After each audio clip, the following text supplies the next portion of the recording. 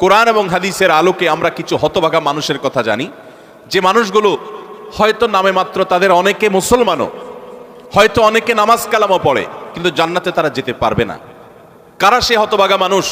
জান্নাতে যাওয়ার পথে বাধাগুলো কি কি? আমরা আজ সেরকম 16টি বাধার কথা জানবো। কয়টি বাধা?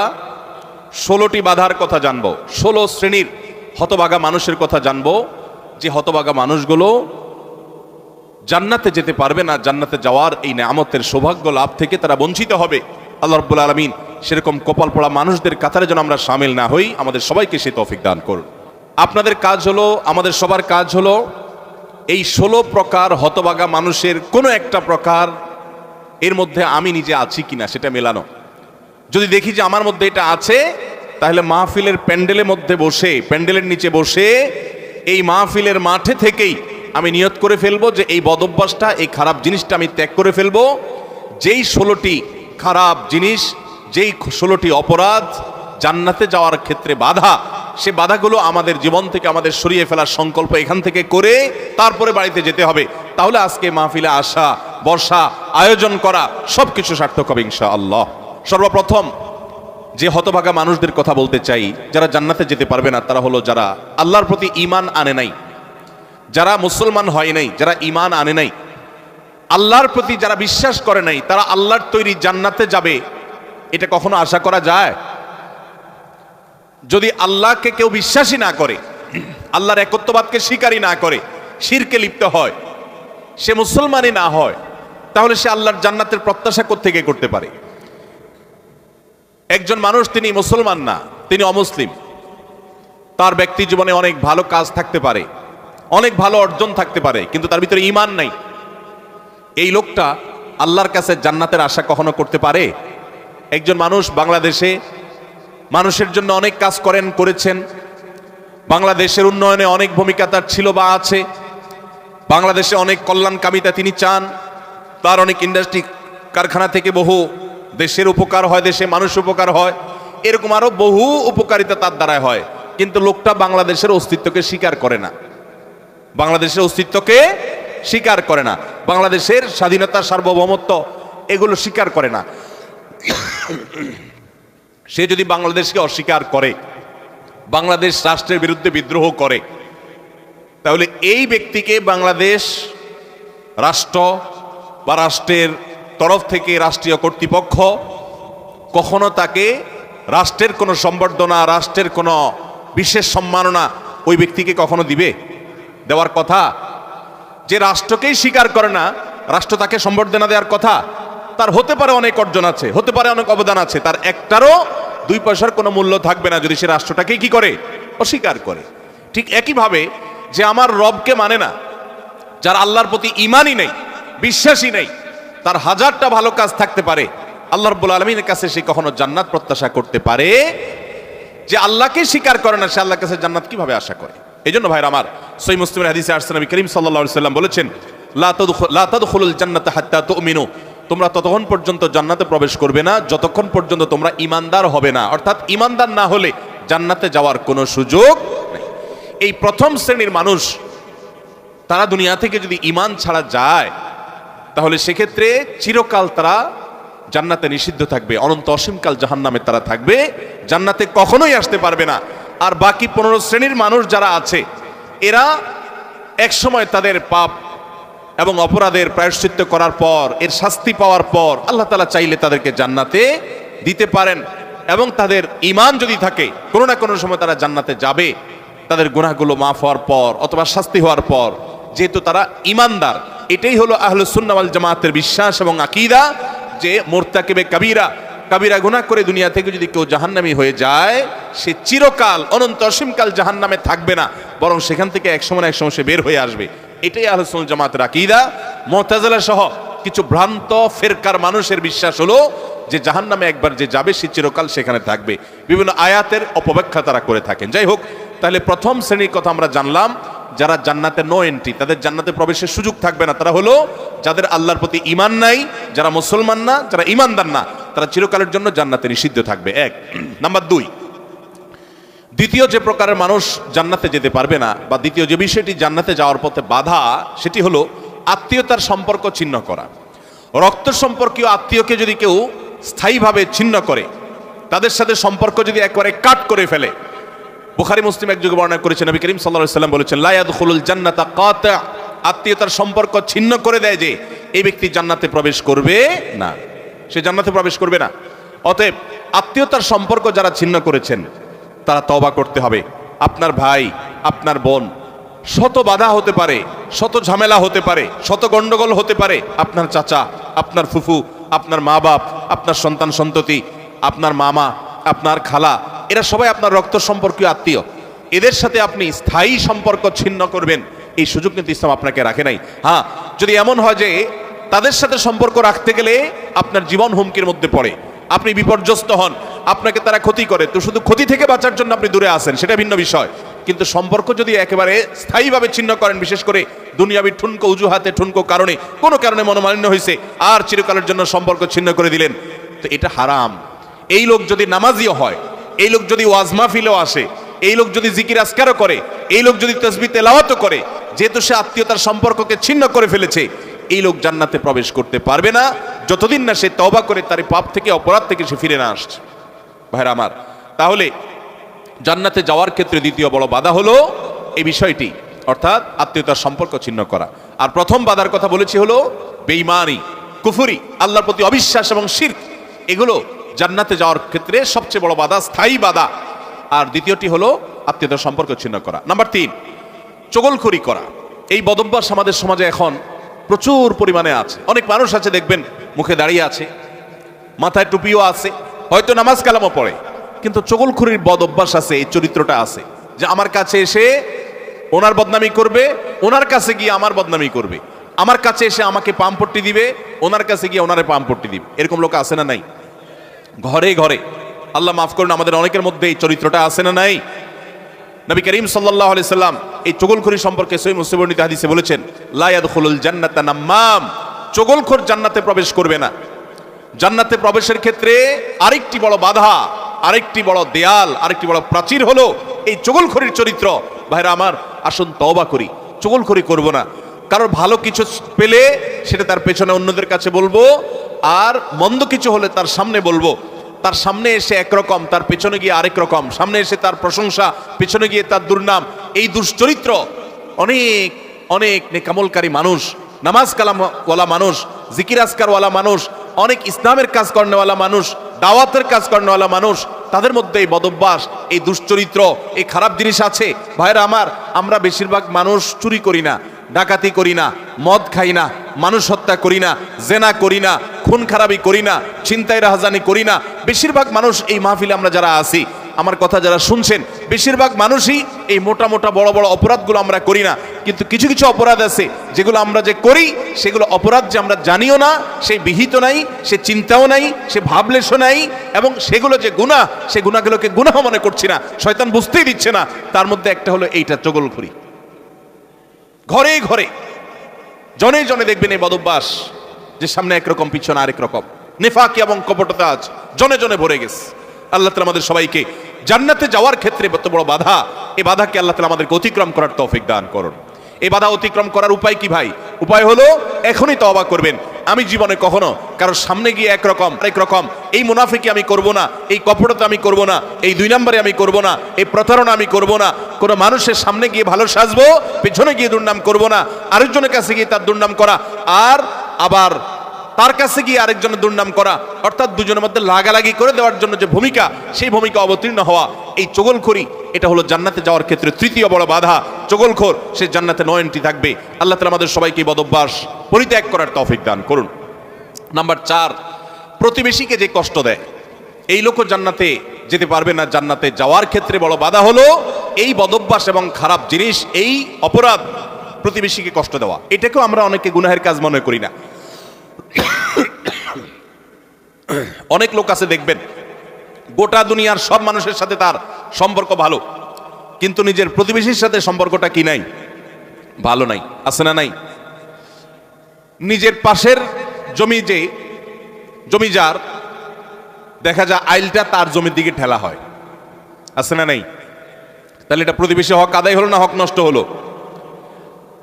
আরেকজনের সীমানার বরাবর গিয়ে এমন গাছ লাগাইলেন ইচ্ছাকৃতভাবে যাতে করে গাছের গোড়াটা আপনার এখানে থাকে আর গাছের ডালগুলা সব গিয়ে তার জমিতে পড়ে। আছে না নাই? অনেক ভালো ভালো মানুষ, অন্য দিক থেকে ভালো, এরকম অনেক মানুষ এই কাজ করি কি করি না আমরা? আমি নিজেই জানি যে আমার এই যে সীমানায় গাছগুলো লাগাচ্ছি, এই গাছগুলোর ছায়া পড়ে তার ফসল নষ্ট হবে, তার জায়গাতে ছায়া পড়ে থেকে অনেক ফসল হবে না, ক্ষতি হবে।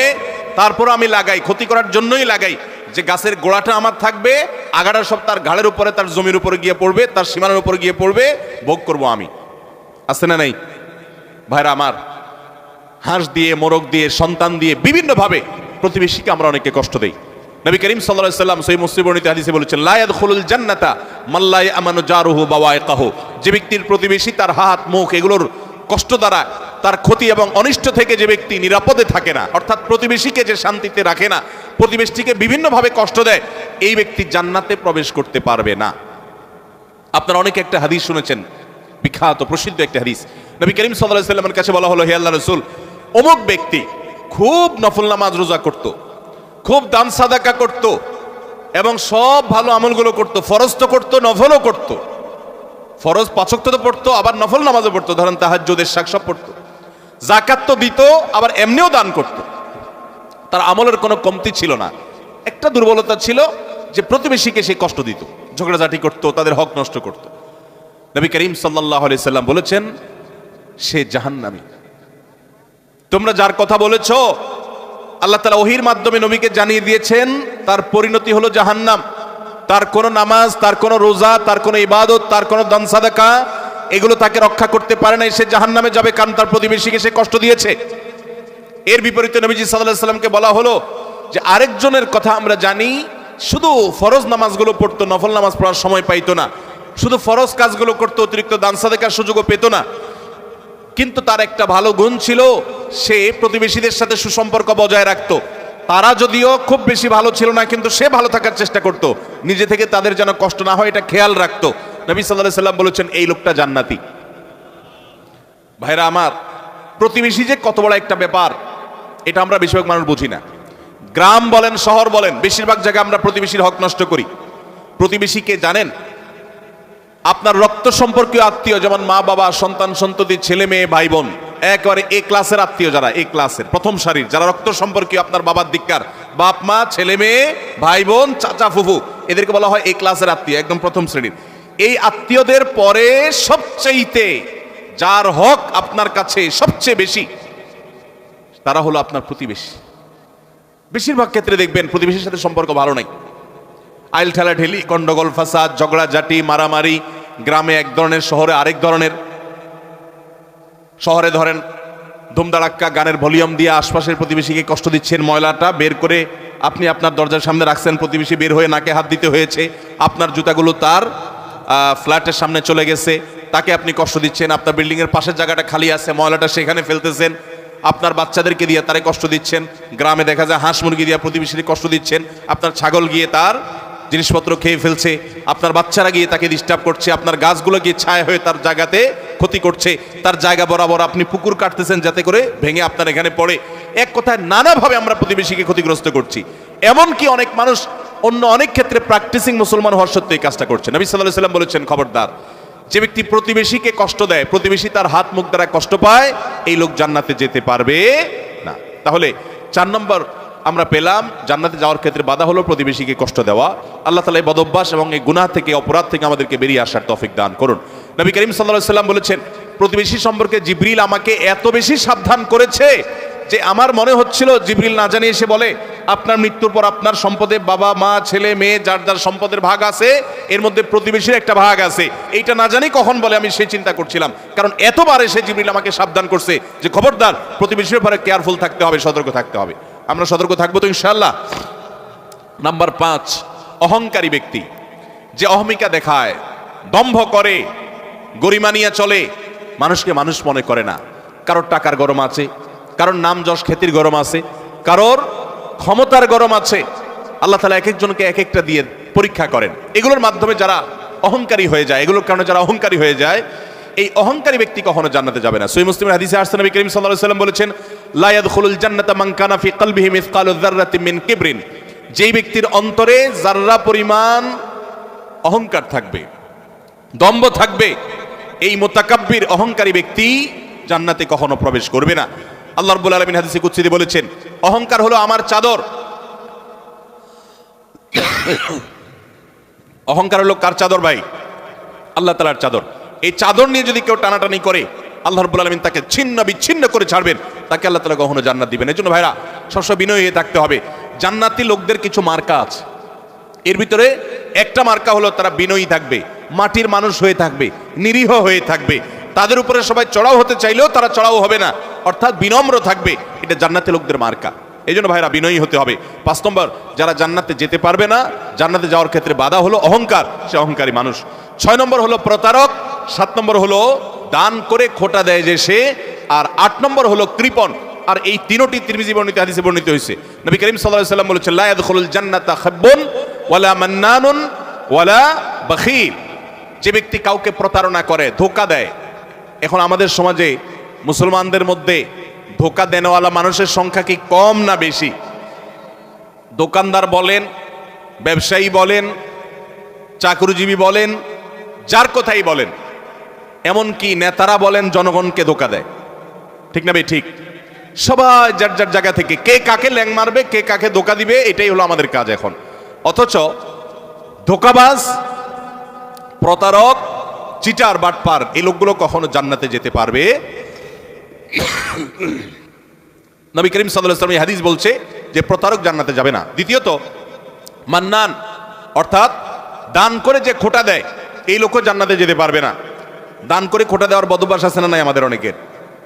দান করেছেন আল্লাহকে খুশি করার জন্য, যদি আপনি খোটা দেন তাহলে আপনার দান বরবাদ হয়ে যায়, ওটা নষ্ট হয়ে যায়। আল্লাহ বলেছেন, লা তুবতিলু সাদাকাতিকুম বিল মান্নি ওয়াল আযা। তোমরা দান করার পর খোটা দিয়া, কষ্ট দিয়া, যাকে দান করছো তাকে কষ্ট হয় এরকম কথা বলে ওই দানকে বরবাদ করে দিও না। আমরা অনেকেই কাজ করি, দান করেছেন, ওই ব্যক্তির কাছ থেকে থ্যাঙ্কসের আশাও করবেন না। থ্যাঙ্কস মানে কৃতজ্ঞতা, সে আদায় করবে, শুকরিয়া দিবে, সে আপনার স্বীকৃতি দিবে, এই আশাটাও আপনি করতে যাবেন না। আল্লাহ কোরআনে কারীমের সূরা দাহরের মধ্যে জান্নাতি এবং নেককারদের বৈশিষ্ট্য বলতে গিয়ে বলেছেন, ওয়ায়ুতঈমুনা আত-তাআমা আলা হুব্বিহি মিসকিনাও ওয়া ইয়াতীমান ওয়া আসীরা। জান্নাতি মানুষগুলো, আবরার এবং নেককাররা হলো তারা আল্লাহর মহব্বতে মিসকিনকে, বন্দীকে, অন্যান্য অভাবী মানুষদেরকে তারা খাদ্য দেয় এবং বলে, ইন্নামা নুতঈমুকুম লিওয়াজহিল্লাহ লা নুরিদু মিনকুম জাযাআও ওয়ালা শুকুরা। তারা বলে, আমরা আল্লাহর জন্য তোমাদেরকে খাদ্য দিচ্ছি, তোমাদের কাছ থেকে এর কোনো ফিডব্যাক, বিনিময় তো চাই না, এমনকি শুকরিয়া, তোমরা যে আমাদেরকে থ্যাঙ্কস বলবা সেটা পর্যন্ত আমরা আশা করি না, দরকার নেই। আল্লাহর কাছে এইভাবে সওয়াবের আশা করা, বান্দার কাছে খোটা না দেওয়া। 7 নম্বর। 8 নম্বর হলো কৃপণতা। এটা জাহান্নামের যাওয়ার অন্যতম বড় মাধ্যম এবং জান্নাতে যাওয়ার ক্ষেত্রে বাধা হলো কৃপণতা। নবী করিম সাল্লাল্লাহু আলাইহি সাল্লাম কৃপণ ছিলেন না, তার অনেক সম্পদ ছিল না, কিন্তু যা ছিল সেটা অকাতরে তিনি দান করতেন। তার যে দানশীলতা, আম্মা জান আয়েশা রাদিয়াল্লাহু তাআলা বলতেন যে তিনি দানশীলতা তার, বিশেষ করে রমজান এলে এমন বেড়ে যেত যে মুক্ত বাতাসের মতো, যে চাইতো তাকেও দিত, যে চাইতো না তাকেও দিত, সর্বত্র তার দান ছড়িয়ে যেত। এবং দান করতে করতে সব শেষ করে অনেক সময় বাসায় যেতেন, তার নিজের জন্য কিছুই রাখতেন না। এইভাবে তিনি দানশীল ছিলেন। তো নবী সাল্লাল্লাহু আলাইহি সাল্লাম কৃপণতা থেকে পানা চেয়েছেন। আমরা অনেকে কিন্তু কৃপণ, আল্লাহ অনেক সম্পদ দিয়েছে কিন্তু খরচ আমরা করতে চাই না। নবীজি পানা চাইছেন, আল্লাহুম্মা ইন্নী আউযু বিকা মিনাল বুখলি ওয়াল জুবন। আল্লাহ আপনার কাছে কৃপণতা থেকে পানা চাই। ভাইরা আমার, তাহলে জান্নাতে যাওয়ার ক্ষেত্রে 8 নম্বর বাধা হলো কৃপণতা। কৃপণ সে জান্নাতে এন্ট্রান্সের সুযোগ পাবে না। 9 নম্বর, ঘুষ দাতা এবং ঘুষ গ্রহীতা। যে ঘুষ দেয় সে যদি একান্ত নিরুপায় হয়ে দেয়, এমন কাজ যে কাজ না হলে তার জীবন বাঁচে না, অনেক জটিল প্রয়োজন, এরকম প্রয়োজনে সে যদি ঘুষ দিতে বাধ্য হয়, ঘুষ দেওয়া ছাড়া তার কোনো উপায় না থাকে, তাহলে ওই ব্যক্তিকে মাজুর হিসেবে আল্লাহ তাআলা মাফ করবেন আশা করা যায়। কিন্তু সচরাচর আমরা দেখা যায় আজকাল যেসব ক্ষেত্রে ঘুষ দিয়ে সুবিধা নেই, ওটা না নিলে আমি যে মরে যাবো এরকম না, আমি ইচ্ছা করলে হারামটা নাও করতে পারি। আবার অনেক ক্ষেত্রে আমার বৈধ জিনিসটাকেই আমি অবৈধভাবে পাওয়ার জন্য আমি ঘুষ দিচ্ছি। তো এই যে ঘুষ দাতা, ঘুষ গ্রহীতা তো সর্বাবস্থায় অপরাধী, ঘুষ দাতাও সে অপরাধী হবে এইভাবে যদি সে ঘুষ দেয়। আপনি একটা জায়গায় কাজে যাবেন, সিরিয়াল দিয়া, সবাই সিরিয়ালে দাঁড়াইছে, আপনিও সিরিয়ালে দাঁড়াবেন, এটাই হলো নিয়ম। সবাই সিরিয়ালে দাঁড়াইছে, আপনি সিরিয়ালে দাঁড়াইতে চাচ্ছেন না, সেজন্য কি করলেন? ঘুষ দিলেন। ঘুষ দিয়া সবার আগে কাজটা করে নিয়ে আসলেন। এই যে ঘুষ দিল, এই ঘুষ দেওয়াটা সে, এটা কি সে বাধ্য হয়ে দিয়েছে? বরং এখানে যে ঘুষ খাইছে তাকে সে বাধ্য করছে। আমাদের দেশে আমরা সবসময় শুধু ঘুষখোরদের দোষ দেই। ঘুষখোরদের তো দোষ আছেই শতভাগ, কিন্তু অনেক সময় ঘুষ যারা দেয় তাদেরও দোষ কম নাই। অনেক অফিসার আছে ঘুষ না খাইলে ক্লায়েন্টরা বরং পেরেশান হয়ে যায় যে এই স্যার, নতুন স্যার ঘুষ খায় না, তাহলে তো পেরেশানের ব্যাপার, কিভাবে 2 নম্বর এটা আদায় হবে। অতএব ভাইরা আমার, ঘুষ দাতা এবং গ্রহীতা, তাবরানী হাদিসে আসছে নবী করিম সাল্লাল্লাহু আলাইহি ওয়াসাল্লাম বলেছেন আর রাশি ওয়াল মুরতাশি ফাফিন্নার, ঘুষ দাতা ঘুষ গ্রহীতা উভয় জাহান্নামে যাবে। অতএব ঘুষ দিতেও খুব সাবধান, আর যারা ঘুষ খাচ্ছে তাদের কথা তো বলাই বাহুল্য। তাহলে জান্নাতে যাওয়ার ক্ষেত্রে ঘুষ দেওয়া নেওয়া এটা একটা বড় বাধা, আর জান্নাতি হতে পারবে না, জান্নাতে নো এন্ট্রেন্স থাকবে ওই সমস্ত লোকদের যারা এটা করে। নাম্বার 10, মাতা পিতার অবাধ্য। নাম্বার 11, নেশাগ্রস্ত, নেশায় আসক্ত। এই সম্পর্কে নাসাই বর্ণিত হাদিসে আসছে নবী করিম সাল্লাল্লাহু আলাইহি ওয়াসাল্লাম বলেছেন লা ইয়াদখুলুল জান্নাতা আকুন ওয়ালা মান্নান ওয়ালা মুদমিনু খামরিন, জান্নাতে যেতে পারবে না মা বাবার নাফরমান, মা বাবার অবাধ্য, মা বাবার সাথে বেয়াদবি করে, মা বাবার যৌক্তিক নির্দেশগুলোকে লঙ্ঘন করে। অনেক মানুষ আছে দেখবেন নামাজ কালাম পড়ে, কপালে সিজদা পড়ে গেছে, অন্য অনেক ভালো কাজ করে, কিন্তু মা বাবার প্রতি তিনি অনুগত নন, তাদের সাথে নাফরমানি করে। এই সন্তান কখনো জান্নাতে যেতে পারবে না যাবত না আল্লাহ তাআলা তাকে মাফ না করেন, অথবা তার পাপের প্রায়শ্চিত্ত সে না করে। অর্থাৎ এটা জান্নাতে যাওয়ার ক্ষেত্রে বাধা, মাতা পিতার নাফরমান। আর 11 নম্বর হলো মাদকে আসক্ত, যেটা এই একই হাদিসে নাসাই বর্ণিত হাদিসে আছে। মাদক আসক্ত অর্থাৎ মাদক সেবন করতে করতে এটা দেশে অভ্যস্ত হয়ে পড়েছে, এটা স্থায়ী রোগে পরিণত হয়েছে, এই লোকটাও জান্নাতে যেতে পারবে না। 12 নম্বর হলো ওই লোক যার শরীর হারাম দ্বারা গঠিত হয়েছে, যার গোশত মাংস রক্ত হারাম খেয়ে হারাম উপার্জন করে করে এগুলো গঠিত হয়েছে, সেটা সুদের টাকায় হোক, সেটা ঘুষের টাকায় হোক, সেটা চুরির টাকায় হোক, সেটা দুর্নীতির টাকায় হোক, সেটা যেভাবেই হোক না কেন। এই সম্পর্কে মুসনাদ আহমদের হাদিস আছে, নবী করিম সাল্লাল্লাহু আলাইহি ওয়াসাল্লাম বলেছেন লা ইয়াদখুলুল জান্নাতা জাসাদুন নাবাতা বিসসুহত, যে শরীর হারাম দ্বারা বৃদ্ধি হয়েছে, হারাম দ্বারা গঠিত হয়েছে, সে শরীর জান্নাতে প্রবেশ করবে না। এটা হলো 12 নম্বর। 13 নম্বর হলো অহংকারী ব্যক্তি, যে শুধু অহংকার করে তা নয়, অহংকারের পাশাপাশি আরেকটা বদঅভ্যাস আছে, আরেকটা রোগ আছে, যে রীতিমতো কাউকে পাত্তা দেয় না এবং গোয়ার কিসিমের হয়, গোয়ার কিসিমের হয়, খুব তেড়া কিসিমের হয়, শক্ত মেজাজি হয়, কোনোভাবেই সে নরম হতে চায় না। এই অতুল এবং জাওয়াজ আবু দাউদ শরীফের হাদিসের বর্ণনা মতে এই টাইপের মানুষও জান্নাতে যেতে পারবে না, যারা অনেক বেশি এরকম গোয়ার হয় এবং রূঢ় স্বভাবের হয়, স্বভাবটাই হলো রূঢ়, স্বভাবটাই হলো রুষ্ট, সে সবসময় মানুষের সাথে এরকম কঠোর স্বভাবের হয়, তার মনটাই হলো পাথরের মতো, এই মানুষগুলো জান্নাতে যেতে পারবে না, এবং আবু দাউদের হাদিস সেটি বলছে। আর 14 নম্বর হলো গণক, যে ভবিষ্যতে কি হবে না হবে মানুষের সমস্ত গণক গণনা করে বিভিন্ন খবর বলে দেয়, অনেক সময় এগুলো সত্য হয়, এবং কুফরি কালাম করে শয়তানের আশ্রয় নিয়ে ব্ল্যাক ম্যাজিকের মাধ্যমে, জাদুবিদ্যার মাধ্যমে বিভিন্নভাবে এরকম অনেক কিছু বলতে পারে তারা, এবং সেগুলো খেটেও যেতে পারে, অস্বাভাবিক নয়। কিন্তু এই যে অসৎ উপায়ে কুফরি কালামের মাধ্যমে, জাদুর মাধ্যমে শয়তানের আশ্রয় নিয়ে ভবিষ্যৎ সম্পর্কে বলে দেয়, এই রকম গণক যারা, এরাও জান্নাতে যেতে পারবে না। এমনকি তাদের কাছে যারা যায়, যারা তাদের কথা বিশ্বাস করে, আস্থা রাখে, এদের ইবাদত পর্যন্ত একটা মেয়াদ পর্যন্ত কবুল হবে না, হাদিসে বলা হয়েছে। তাহলে 14 প্রকার হলো এই গণক। আর 15 নম্বর হলো জাদুকর, যারা ব্ল্যাক ম্যাজিক করে মানুষকে। আজকাল এই ব্ল্যাক ম্যাজিক ভাই ঘরে ঘরে হয়ে গেছে, ঘরে ঘরে দুষ্ট জিনকে দিয়ে শয়তানের আশ্রয় নিয়ে ব্ল্যাক ম্যাজিশিয়ানরা ব্ল্যাক ম্যাজিক করে। দেখবেন যে বিভিন্ন পোস্টারে লেখা কামরূপ কামাখ্যা থেকে প্রশিক্ষণ প্রাপ্ত, আছে না নাই? ফেসবুকে দেখবেন বিভিন্ন কমেন্টে এরকম পোস্টার পোস্ট করে অনেক অনেক লোক। আবার অনেক সময় দেখবেন বিভিন্ন জায়গায় জায়গায় এগুলো আছে। ঘরে ঘরে দেখবেন এমন অনেক রোগী আছে যেই রোগীদের কোনো ট্রিটমেন্ট ডক্টররা করতে পারছেন না, দেশ বিদেশ ঘুরে, বহু হাসপাতাল ঘুরে, বহু ট্রিটমেন্ট নিয়েও কোনো চিকিৎসা করাতে পারছেন না, কোনো ট্রিটমেন্ট হচ্ছে না, সুস্থ হচ্ছে না। এগুলোর একটা অংশ, আমি সবগুলো বলছি না, একটা বড় অংশ ব্ল্যাক ম্যাজিকের রোগী, আস্তে আস্তে শেষ হয়ে যাচ্ছে। বিভিন্ন বর্ণনা আছে সম্পর্কে। ব্ল্যাক ম্যাজিক এটা ওটের উপর যদি পড়ে তো ওটকে পাতিল পর্যন্ত নিয়ে যায়, অর্থাৎ শেষ হয়ে যায়, জবাই করে খাওয়া ছাড়া উপায় থাকে না, আর মানুষকে কবর পর্যন্ত নিয়ে ছাড়ে। অন্য আরেক হাদিসে আছে যে এই যে মানুষের হিংসাত্মক দৃষ্টি, কুদৃষ্টি, বদনজর, এটা ভাগ্যকে পর্যন্ত আল্লাহর ফয়সালাতেই পরিবর্তন পর্যন্ত করে দেয়, এরকম ভয়াবহ একটা বিষয়। তো এই ব্ল্যাক ম্যাজিশিয়ান যারা, এরা জান্নাতে যেতে পারবে না, এবং দুনিয়াতে এদের জন্য চরম শাস্তি, ইসলামী শরিয়া তাদের জন্য মৃত্যুদণ্ড রেখেছে। কারণ এরা স্বামী স্ত্রীর মধ্যে কলহ সৃষ্টি করে। এখন শত শত ফ্যামিলিতে দাম্পত্য সম্পর্কগুলো ভালো নেই, আমার কাছে এরকম শত শত হিস্ট্রি আসে, জাহান্নামে গেলেও একসময় আপনি জান্নাতে আসবেন। এটাই আহলে সুন্নাত জামাতের আকীদা, এটাই বিশুদ্ধ বিশ্বাস। কিন্তু তারপরেও জাহান্নাম তো এমন জায়গা যেখানে এক মুহূর্তের জন্য গিয়ে সহ্য করার কথা নয়। অতএব ইমানদার প্রথম চান্সে জান্নাতে যেতে চাইবে। আর প্রথম চান্সে যদি জান্নাতে যেতে চান, জাহান্নামের কোনো স্পর্শ ছাড়া যদি জান্নাতে যেতে চান, তাহলে এই 16 বদভ্যাস থেকে, 16টি অপরাধ থেকে নিজেকে বাঁচাবার চেষ্টা করতে হবে। আল্লাহ আমাদের সবাইকে সে তৌফিক দান করুন। আমি আবারও এক নজরে বলে দিচ্ছি। নাম্বার 1, যাদের মধ্যে ঈমান নাই, যারা কুফর বা শিরকে লিপ্ত, তারা জান্নাতে যেতে পারবে না। জান্নাতে যাওয়ার ক্ষেত্রে বড় বাধা হলো ঈমান না থাকা এবং কুফর শিরকে লিপ্ত থাকা। দ্বিতীয় সবচেয়ে বড় বাধা হলো আত্মীয়তার সম্পর্ক ছিন্ন করা। আত্মীয়তার সম্পর্ক ছিন্নকারী সে জান্নাতে যেতে পারবে না। তৃতীয় বড় বাধা হলো যারা চগলখড়ি বদভ্যাস আছে, এই রোগটা, এটা জান্নাতে যাওয়ার ক্ষেত্রে বাধা। চতুর্থ, প্রতিবেশীকে কষ্ট দেওয়ার রোগ যাদের আছে, এই রোগটা, এই বদভ্যাসটা জান্নাতে যাওয়ার ক্ষেত্রে বাধা। 5 নম্বর হলো অহংকার, দম্ভ, এগুলো, গরিমা, এগুলো জান্নাতে যাওয়ার ক্ষেত্রে বাধা। 6 নম্বর হলো প্রতারণা করা মানুষের সাথে, মানুষকে ধোঁকা দেওয়া, সেটা ব্যবসায়ী হিসাবে হোক, কাস্টমার হিসাবে হোক, আপনার চাকরিজীবী হিসাবে হোক, যে কোনো দিক থেকে হোক, প্রতারণা করা, এটা জান্নাতে যাওয়ার ক্ষেত্রে 6 নম্বর বড় বাধা। 7 নম্বর হলো দান করার পর খোটা দেওয়া। মানুষ উপকার করছেন, আল্লাহর জন্য করছেন, ব্যাস, যার উপকার করেছেন তার মুখ থেকে স্বীকৃতিটাও আপনার শোনার দরকার নাই। সে স্বীকৃতি না দিলে, অস্বীকার করলে সে আল্লাহর কাছে গুনাহগার হবে, কিন্তু আপনার আসার দরকার নাই, আপনি আল্লাহর কাছে সওয়াবের আশা করবেন। এটা হলো 7 নম্বর বাধা। 8 নম্বর হলো কৃপণতা। 9 নম্বর হলো ঘুষ দেওয়া নেওয়া। 10 নম্বর হলো মা বাবার নাফরমানি করা, মা বাবার অবাধ্য হওয়া, মা বাবার অসম্মান করা, মা বাবার যুক্তি নির্দেশকে অলঙ্ঘন করা, অমান্য করা। 11 নম্বর হলো মাদক আসক্ত হওয়া। 12 নম্বর হলো হারাম উপার্জন দ্বারা, হারাম খাদ্য দ্বারা, পানীয় দ্বারা শরীর গঠন করা, সুদ, ঘুষ, দুর্নীতি, 2 নম্বর পথে উপার্জন করা।